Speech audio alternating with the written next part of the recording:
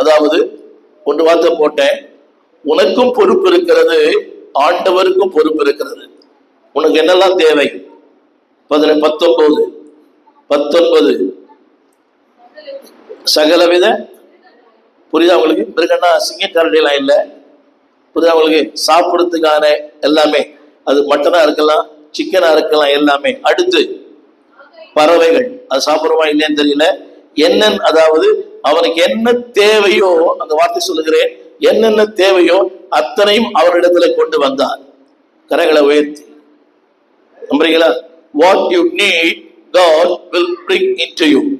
உனக்கு என்ன தேவையோ அத்தனையும் உனக்கு கொண்டு வருவார். அப்படின்னு சொல்ல மாட்டீங்களா?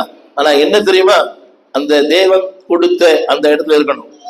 தேவன் அந்த பொறுப்பை நிறைவேற்றணும். அதுல வார்த்தை போட்டிருக்குது, அவனிடத்தில், நம்புறீங்களா? ஹலோ, வாழ்வை கொண்டு வருவார், ஆரோக்கியத்தை கொண்டு வருவார், உயர்வை கொண்டு வருவார், செழிப்பை கொண்டு வருவார், எல்லாம் கொண்டு வருவார். ஏன் தெரியுமா? God intervene in your family. உங்களுடைய குடும்பத்தில் அவர் ஒரு பங்குதாரராய் மாறுகிறார். அதை போடுவாங்க, God intervene. தேவன் அந்த குடும்பத்தினுடைய பங்குதாரராய் மாறுகிறார். இன்னைக்கு நீங்க தனித்தனியா இருந்தீங்க, உங்க குடும்பத்துல அவர் குறுக்கிடுகிறார்.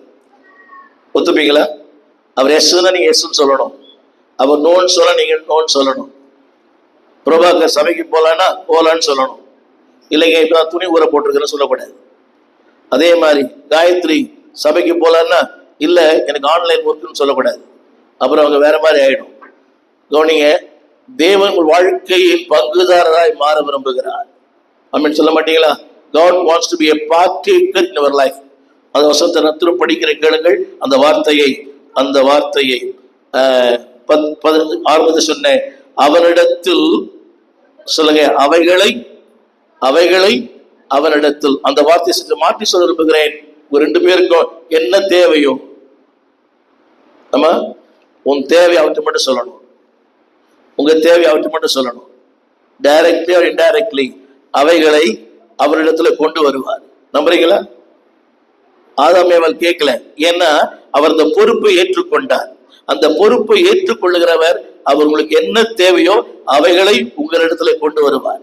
கரங்களை போய் சொல்லுங்களா, அவைகள் இடத்துல கொண்டு வருவார். இதுவரைக்கும் யார் கொண்டு வந்தாங்க? ஆனா இப்போ தேவன் சொல்றாரு, ஐ டேக் த ரெஸ்பான்சிபிலிட்டி. தமிழ்ல அதை போட்டிருக்கிறேன், தேவனே அவரே உங்களுடைய வாழ்க்கையில் எல்லாவற்றையும் எல்லாமா இருப்பார். எப்ப தெரியுமா?